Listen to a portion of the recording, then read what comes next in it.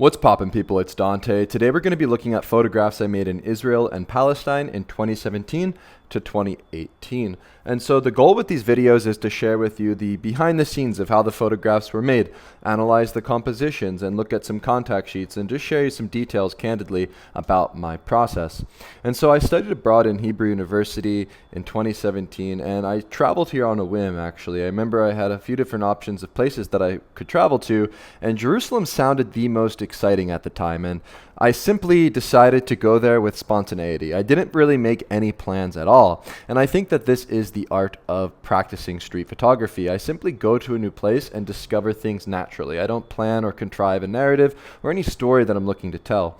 And so before we get into this video, please feel free to check out my website at dantesisifo.com. You can find this full videos blog post with the images, contact sheets, and behind the scenes information all on my site. And so when I first arrived in Jerusalem, the first thing that I actually did was I went to the Western Wall, and I was standing aside my mother when I made this photograph. And so I was watching as these Jewish men were entering the bathroom and found that to be a much more exciting way to photograph this scene. You know, a lot of the times when you're photographing a particular scene or a particular moment that is the obvious moment, for instance, in the contact sheet, you can see exactly I'm photographing the men as they're praying at the wall. However, when I turned to the left and I looked at the bathroom, to me that was more exciting. There was movement, there was people walking, and it wasn't as obvious. And the moment where things aligned, I clicked the shutter at that perfect time when everybody was layered in a particular way with separation throughout the frame, which was a really good first warm-up shot that I made when I first arrived and got off the plane. And so, of course, starting my journey in Israel, photographing on the beach of Tel Aviv, getting my bearings straight, arriving, and firstly discovering the West Bank. I actually traveled the road from Jerusalem to Jericho as this location for some reason was calling me. I knew about the Dead Sea, and it was also just very close from Jerusalem, and the buses that I could take were just so nearby and so close, and it just seemed super accessible. And so I naturally just took the bus, and I went there on a whim. And I'll never forget, I went to this mosque and I started to pray in the mosque, and I was analyzing the way that people pray, kind of just like curious, right? I was just like, what's in here? What is this? And I think this is important. When you go to a new location, it's really important to be curious, to go somewhere without any preconceived notions or any idea of what's really going to be happening or what's out there. For me, I go in there with this childlike sense of wonder and curiosity. And so I am not intimidated to go inside of the mosque in a new community. And I have my camera and I'm looking around and I'm curious. And then I engage in prayer and I kind of just followed along. And then after the prayer session, after making salah, this group of brothers invited me to their home. And so I went to their home, we drank some tea, some coffee, and then at the end of the day, they took me on a hike to the Wadi Kelt mountain range. And as the car broke down at the top of the mountain, I wound up making this photograph. And so because it was such a treacherous ride, the car broke down, and then I decided to hop out of the car and make this frame. And so you can see the sequence here in the contact sheet, using that car as a foreground element to add layers and depth to the frame. And so that's the key distinction here that I wanted to emphasize with this particular frame, is the way in which I broke down this composition, because it's really how I started to see in layers. And so as you can see in this contact sheet, on the left-hand side of the sheet, the one I just highlighted in red, you can see that there is nothing in the foreground. There is no depth. Moving to the second frame, we have here some depth. I added this car in the foreground of the frame. And then so when you look at the final image, what is really striking about the way in which I composed this picture is the way the foreground, middle ground, and background come together perfectly in the frame. And so of course, we have the first layer being this car, second layer being the men in the center of the frame, and then thirdly, we have the background with that blue sky. And so these different sort of layers and these different techniques that I use when I'm on the street come very naturally and quickly and intuitively. And so you have to be really quick on your toes and have that ability to look at life in all of its complexities and respond intuitively to create a composition. And so by positioning the car in the foreground, I was able to add depth and tell the story of this moment of the car breaking down. And so with photography, it really has to do with how you engage with humanity, how you go out there and explore the world with courage and curiosity. And so by going out there and having that adventure with those men, I wound up standing on top of the mountain, drinking tea, dancing, singing, and looking out towards the Dead Sea. And so I felt more confident. And with that confidence came curiosity. And I kept going back there day after day and taking that road from Jerusalem to Jericho to discover this Palestinian city. And so I started to discover the youth, and the youth of the street became a subject in my frames, as they are the available subject that's out there on the streets playing. And so with this particular frame, I stumbled across these boys playing soccer, and as they were playing, I simply started to make some photographs. And a lot of the times when I'm making photographs, I simply approach the scene playfully, and I start to play soccer with the children. I'm not afraid to engage at the scene. And then as I'm making conversation and as I'm engaging at the scene, I start to make photographs very quickly. And I really look for a clean composition. A lot of the times I like to separate my subjects throughout the frame. I like to look for a background that's striking. I'm analyzing the light and the shadow play. And with this particular image, the thing that I did to make the composition more interesting and dynamic was include the pole in the center of the frame with the shadows on the right-hand side to break the frame up and adding that silhouette effect on the right. And so I play, I explore. I'm a big kid with the camera, just curious with what's around the corner. And so a lot of the times I would have flocks of children following me throughout these Palestinian cities. And I would beatbox and I would play and dance and sing. And it was such a joyous time. And I felt like the atmosphere that you provide in a new location, the vibes you get off, the way in which you are engaging with the world is what's going to reflect back and reveal itself in the photographs you make. And so by engaging with the people and engaging openly and being curious and being playful and not taking myself so seriously, I was essentially able to come home with these kind of frames. And so I will never forget watching as this boy was playing with this tire, as you can see in the top of the contact sheet. And so I essentially followed this scene. As you can see, there's this boy with the tire here in the top of a contact sheet. And so that was the subject that interested me. And so I began photographing him, and then I sort of followed the children as they were playing. And eventually I stumbled across this sort of construction site, right, where this home is being built. And then once I entered the home, there was another boy inside of that home who was resting next to his father, who was drinking some tea. And then eventually the boy with the tire wound up inside of the window of that empty frame there.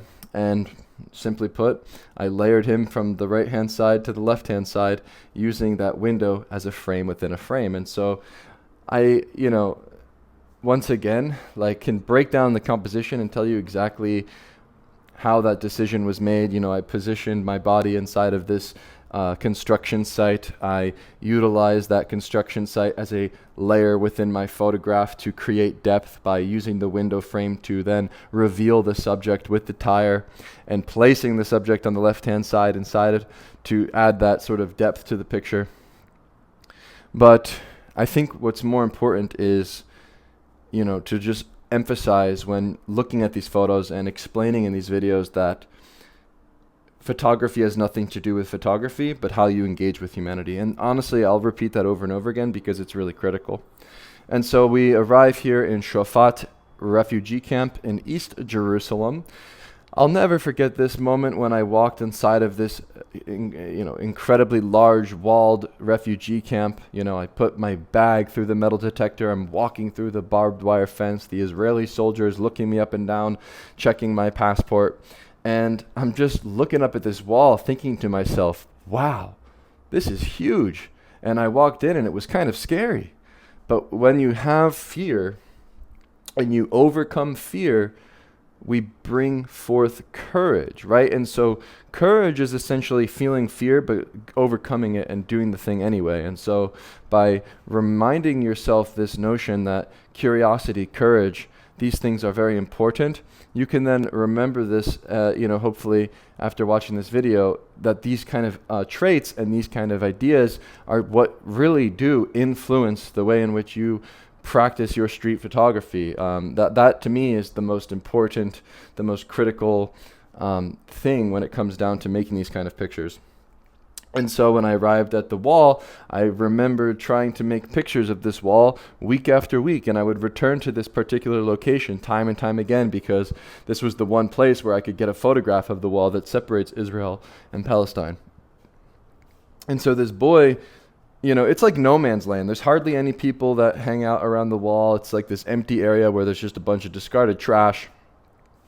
However, this boy was hanging out with his friends. He picked up this baby stroller and he started to throw it. And so you can see here at the scene I'm photographing rapidly. I'm watching as they're throwing rocks in the contact sheet. You can see the boy throwing the stroller once again, but I'm making a composition that's a bit flat. And so you can see here on this particular frame, we have the same moment, except the moment itself is a bit flat because I'm photographing straight on against the wall. And so by moving my physical body and adjusting myself at a 45-degree angle to the wall, I was then able to reveal the shadow within the frame, which makes this picture much more striking. And so when you're making a composition, remember that it's a very physical act. The photographer is merely responsible for where they position their body in relationship to the subject and the background and when you click the shutter. And so I move my body through the scene. I work the scene by moving physically, adjusting the angle that I'm photographing, and then revealing that moment in the frame by moving my body with intuition to create the composition, revealing the mysterious shadow, that looming shadow across the wall with the baby stroller and the child moving sort of quickly at the scene to make this frame come together. And, there's this dichotomy of the sort of play, against this like striking wall, this symbol of oppression, this sort of wall that locks these children within this sort of like community. And, there's that tension there in this frame. There's that sort of mystery and that intrigue of the shadow play. And just that like what the fuck moment of this baby stroller being thrown against the wall that makes this frame interesting. And so in Jericho, I would return time and time again. And I found that Jericho aesthetically was just so beautiful to me. The way in which the mountain ranges would fill my backgrounds, the color palette, the sort of desert atmosphere was beautiful. And here we have a scene of a boy playing against a donkey.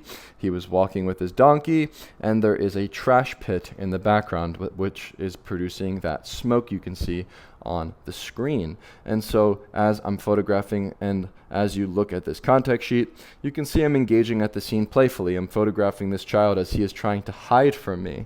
And as he revealed himself in the frame, I wound up positioning the donkey in the foreground in relationship to the smoke and the mountain in the background. And so that moment where he reveals his eye was the moment that I click the shutter and have the keeper photograph from this particular scene. And these playful photographs came very intuitively due to the way in which the youth was playful and their energy revealed itself to me naturally with spontaneity. I'm not out there looking for these things. They simply come to me. I'm not out there looking for anything. These kind of moments and these kind of photos, these came naturally through my intuition, through me being an open and curious street photographer in a new place. And I think that's the beautiful way to approach this thing. And so when I was photographing these children, I was playing here at the scene. I was being a big kid at this playground. I was on that empty wooden frame or that metal frame doing pull-ups. And then these kids pulled up doing their own little tricks. And then as the scene unfolded, I made these photos, and the chaos of the scene sort of overwhelmed me. But when you're in a sort of chaotic situation and there's lots of energy and there's movement and there's people climbing and jumping and running, you have to be patient and you have to be observant and you have to work the scene. And so as I started to work the scene, I positioned this boy on the pole in the foreground of my frame, and I rearranged the framing of this composition around this particular subject, and then everything else sort of fell into place. I was aware of the desert background and the clean sky and the way in which I could use these things to elevate my frame. But realistically, the composition is intuitive. It's through recognizing that sort of movement and pattern in the people that are at the scene, and then positioning your body in relationship to these things. And so I positioned myself very closely to that subject in the foreground, and then everything else around him fell into place. And so with these photos, it reminds me of the resilience of the youth and the way that they play upon these sort of metal structures, these sort of cinder blocks, these construction sites, these places that are in between birth, rebirth and revitalization. We have these new homes that are being propped up. The people within these communities are from generations of refugees since 1948. And so when I think about the subject matter now, looking back at these photographs, it reminds me that my photographs and these people within the frames are heroes. They're special. They're not just props in a picture, but they're people that I look at and try to champion in my photographs and uplift in the images I make. And that's what I really wanted to emphasize, because I think that when you're practicing street photography, while we can analyze the composition and all these things, we are photographing humanity. And so I remind myself this in this video, that the goal is to uplift humanity, and hopefully you understand this. And so when I'm photographing at these scenes, I allow the chaos to emerge naturally and spontaneously, and I put order to it by being present and being patient. And that's really the key to working a scene, is the patience required by watching this scene unfold and simply being there and being present at the moment you press the shutter. With this photograph I made of the rainbow and this boy throwing a stone across this dilapidated building, we have this very fast, quick, fleeting moment where it hardly rains in Jericho. It is a desert. This rainbow, this rainfall, it lasted for 30 seconds. Okay, there was rain for 30 seconds. The rainbow appeared for 5 seconds, and I was on my toes, and I was watching as these boys started to play, and the shadows emerged, and everything fell into place. And by God's grace, I was able to make this frame. I mean, really, because the way in which this moment was so rare, right, where we have no rain in Jericho. It's a desert once again. It lasted for 30 seconds. That rainbow lasted for 5. Like, that rainbow was there and it was gone. And the positioning of the boy with the stone, and he's throwing it across this dilapidated building with 2 emerging shadows and a rainbow revealed on the other side, to me is my David versus Goliath shot. This is my hero frame, and that boy, his name was Ramsey. I remember him because he would always come up to me and he would always try to imitate me. I would wear this leather jacket and he would put his leather jacket on, and I remember we would always laugh together. And this boy, to me, it's a symbol of the resilience of the Palestinian people with the stone in hand, that sort of iconic gesture with the rainbow revealing hope. And the sort of layers within this picture, not just the layers of, the physical things like the shadows, the boy's gesture, the dilapidated building, the rainbow, but the layers within the symbols of these different elements, from the stone to the dilapidated building and the rainbow, are very difficult to synthesize in a picture that not only is visually interesting, but also has a much more emotional depth to it.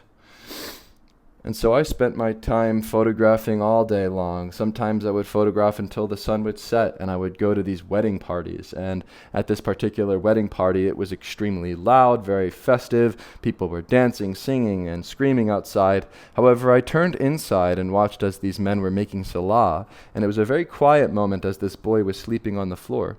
And so I decided to frame this boy within this composition against the man making salah. This boy sleeping, this other man making salah, praying, and outside you wouldn't know, but there's this crazy wedding going on. And sometimes it's the quiet moments, it's those moments that aren't so obvious that are the most strong and striking. And when I was making this particular frame, I was trying to once again move my body in different ways to try to make the photograph not so flat, but not too flat. So I was, working the angle and trying to get closer, back up, move to the right, move to the left. You really have to position your body in a particular way to find that sweet spot to tell the story in your frame. And so I traveled all throughout the different Palestinian cities. This is a refugee camp called Balata in Nablus, which was probably one of the most dangerous places that I've ever been in my life. There was these gangsters that would walk around with these guns in their pants, and there were no police, and these boys were playing with these toy guns upon this graveyard. And the story behind the scenes here is kind of wild. I was getting pelted with rocks. These kids were playing and they were throwing rocks, and I was hiding behind one of these gravestones. And it was pretty intense. Needless to say, I haven't gone back to Balata. And so in Jericho, I got to know the community more. You know, as much as I traveled throughout, and that's the thing, by the way, when you travel to like various different cities and you're going to all the different refugee camps, like I went to, you know, like to Bethlehem and Ida and Balata and Nablus. I went to Ramallah, Hebron. I went to Jenin. I went all over, all the way down to the Gaza area by Ashkelon, right? I went like all over the West Bank. I traveled all throughout the different Palestinian cities, but I always came back to Jericho. And so here we have a photograph in Jericho where I'm much more immersed in this particular community. And so I learned to just return to this same space. As much as I wanted to explore and venture out and go to new places, I always, time and time again, would return to Jericho because it was familiar to me. The people knew me, and I was much more close with this community. And once people see you with the camera, and once you have a relationship with people, you can then begin to make more intimate photographs. And actually, I would carry around an Instax camera on my neck, and I would gift people, gift strangers prints. And so when you gift an Instax print to a stranger, when you give the gift of photography and you don't take yourself so seriously and you return time and time again and you have your pictures on people's walls and you give them to strangers, then you're much more sort of like free to photograph, and everybody in the community then knows you are a photographer, that you are peaceful, that you are here to make beautiful work, and they see your frames and they appreciate them. And so that's what I did. That's how I gained access to photograph here. I simply would show up time and time again. I brought an Instax camera with me, and that was the key that unlocked the door to these experiences. And that door is not only metaphorical, but it is literal. As you can see here, I'm photographing this child who's preparing to be changed by her mother inside of a home. And so a lot of these Palestinians were very open to me, inviting me into their homes to have lunch and tea and coffee and to share with me their way of life. One boy in particular in the background, Yahya, he's actually sitting underneath his name that he wrote inside of his family's little barn shed area here where they keep some donkeys. And I hung out with this boy all of the time, and we would walk around together, we would hang together, and he would share with me his way of life. And we were simply sitting here drinking some water. We were taking a break from that hot, scorching desert sun. And you know, I simply go with the flow with these days. You know, I'm not on the hunt for anything. I'm just kind of living my everyday life in these communities and trying to discover these stories very naturally and try to find moments to photograph through that sort of natural exploration. And I think that's the most beautiful way to approach new communities, is to not be so much on the hunt, running and gunning and looking for pictures, but to go slow and let life flow towards you with your camera. And then you're simply there and you're prepared to press the shutter at the moments that matter most, when the gaze is tense and the gesture is strong and he's looking to the left-hand side as Yahya sits on that bed frame on the right. And so when it comes to photography, the first step is to go full force with courage. Think about it. With photography, you know, especially street photography where you're working outside in the spontaneous nature of life and you're exploring the unknown, you don't know what's going to happen around the corner. You don't know what's out there in the world. You know, even to just wake up in the morning to open your door and to go outside. I mean, you never know. You know, you really need to be prepared with courage at the forefront.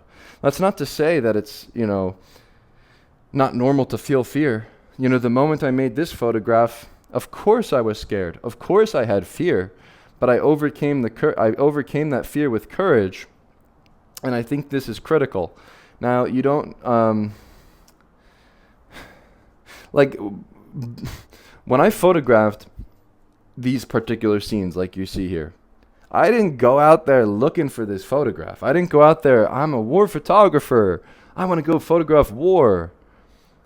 This is just everyday life in these places. Right? This is what happens in these places. So we have a photograph I made here of this masked Palestinian man at the front lines of conflict in the border of Jericho here. We have the man on the left-hand side with the Palestinian keffiyeh, the smoke rising from that tire in the background. And so I would photograph conflict time and time again, and this was something that would just happen upon my arrival. You know, I would arrive, you know, at the border, and there would be smoke rising and there would be conflict, and then I would just find myself with my camera at these particular scenes. And I had a few different occurrences where I photographed conflict, and this was the particular time where I made a photograph that I believe really shines, where This is maybe one of my stronger photographs that I've ever made, and it's a very simple frame.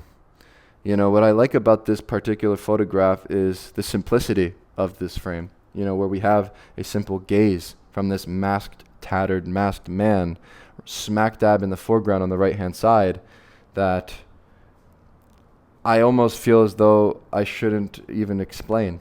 I think I should just move on to the next frame, because sometimes, photos don't really need words.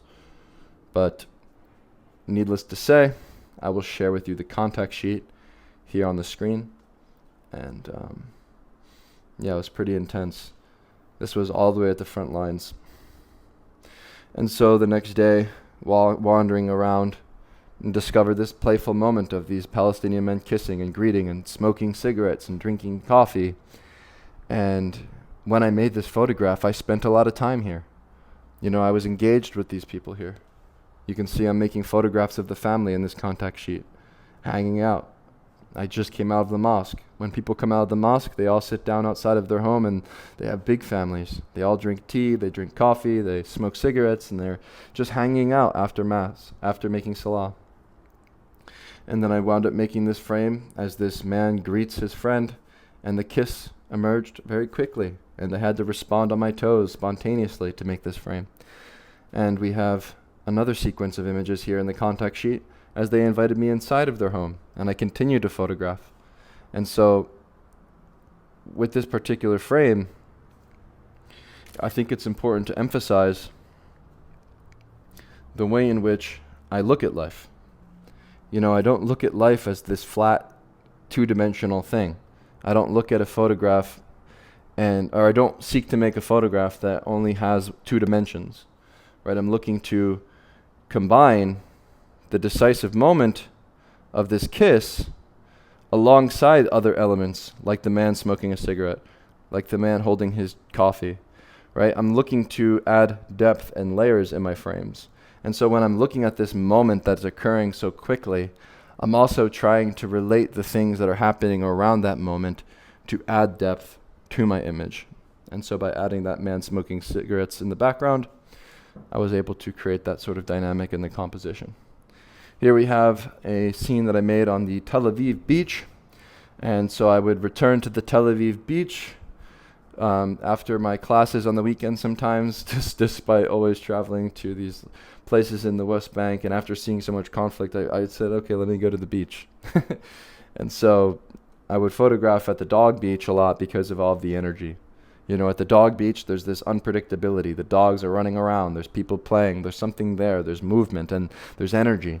And so the simple tip is to just go where the action is, right? Where you find yourself in a place with action, you will find photos. And at this scene, I was watching as these people were bathing, lounging, suntanning, and just playing at the scene. And then everything kind of just fell together naturally. You know, I was simply observant, aware of the scene, and I knew that dogs would emerge into my frames. And so essentially I was just waiting for that moment. I was waiting for a dog to enter the frame. I had an understanding of how this sort of particular scene could come together in a photograph because we have, you know, these different elements from the foreground to the background. You know, we have this background that's very simple. We have these sort of different railings and things from the promenade there in the background that create this sort of stage. We have this area where people shower, and so I was aware of these different elements. This man who is showering. We have in the foreground these 2 friends that are bathing, playing with the sand. And then finally there's this cherry on top here, this moment where you can see this couple on the very far left-hand side that is hugging and drying each other off with their towels and kissing.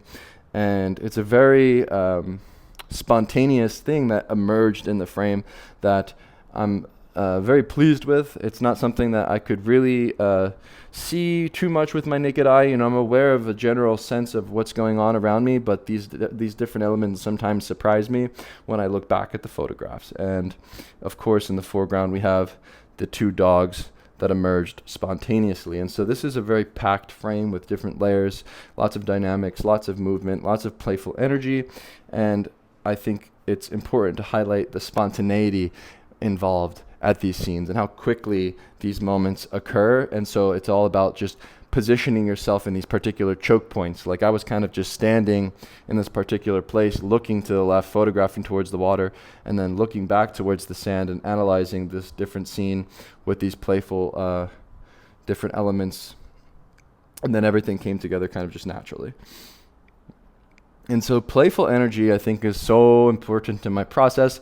I am very playful. I approach people and I don't take myself so seriously. And so despite entering these crazy, large looming walls inside of these refugee camps like here in Shafat, and, thinking I have to create some sort of serious kind of image as a street photographer, I just allow my energy to reflect in the photographs I make. And so I observed the beautiful light at this scene. There were these watermelon and these men that were working. And as the men were working, I started to make some pictures. I started to chat with this man. And eventually, through conversation and playing at the scene and photographing, he just naturally threw this watermelon on top of his head. And I made this photograph. And so it was a very spontaneous moment that I couldn't plan. Mostly at this particular scene, I was just interested in the light, the color from the watermelon, and then just trying to sense the possibility that, okay, maybe something can happen here. There's a scene here, something's occurring. And then because I was playful at the scene, this man raises the watermelon on his head and was being playful back to me, and then essentially makes my frame. I returned to Israel actually and volunteered on a kibbutz in 2018. I wanted to continue working in Israel and see if I could photograph in a different community. And so I went to a kibbutz and I spent a month there milking cows, gardening, doing all sorts of things. And after that month, I was thinking that, there's no way I'm going to make any more interesting frames here. There was literally nothing there that was exciting or interesting to document or photograph, or even just for me to do. I felt pretty bored. And so I packed up my bags in the middle of the night and I took the road all the way from Haifa to Jericho. And I arrived and knocked on the door of this Palestinian youth hostel, and they invited me in, and I started to volunteer and live with the Palestinian family. And so I would spend my mornings sweeping floors, cleaning up, having tea, having coffee, having breakfast with a Palestinian family. I even wound up sleeping on the floors of mosques in Jericho for a couple of weeks and learned all about Islam. And then I would spend most of my time with some of these youths in Jericho, kind of just wandering around and hanging out. And I do have more frames from this particular trip, but I have maybe 2 or 3, maybe just 2 photos here. And this is one of them that I found to be strong from this particular journey. It was just a very spontaneous trip to come back. It just felt natural for me to return. And so I did. And I was hiking through this river here in the Wadi Kelt mountain range. It was a very hot day. Spent literally all day hiking. And then there was this moment here where my friend Ahmed was smoking a cigarette alongside Muhammad in the background. And yeah, I would basically spend every day with this man. I would go to his house and he would show me his routine. We would hang out. I would go and water this man Hassan's plants in his backyard. We would simply enjoy our days together pretty much every single day. And then I would try to find these more intimate frames to make, and this was one of them. And I sort of like this approach of being just open to exploring and not really planning anything. That's kind of how I am, kind of like these birds that kind of just go from canopy to canopy.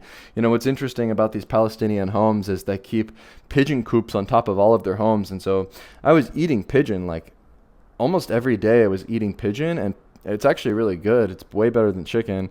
And yeah, it's definitely a big food source for the Palestinian people. They keep pigeon on top of their homes, and they're very well trained. They always come back. They let them loose, they come back, they feed, and yeah, then you feast. And so, accidentally opened that. And so yeah, I have just these 3 frames here from this end of the trip, and spent my time trying to get closer, trying to become more intimate with the community. That's why I spent time in that mosque, and really was just following my inner curiosity to return to Jericho. It just felt right. It felt like a the right decision to do, to leave the kibbutz and come here. I found it to be a much more interesting approach to this trip. And yeah, I don't really have much more to say about this work, because I think with photography and like making pictures and all this kind of thing, it's really difficult to actually, and I'm making these videos actually as a way for me to like learn how to talk about my photos.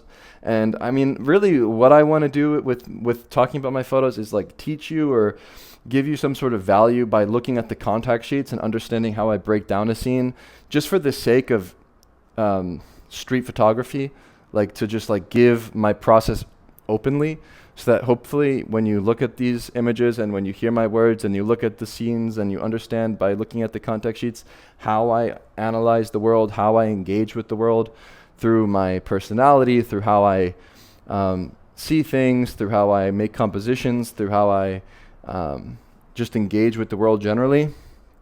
And that's really the goal.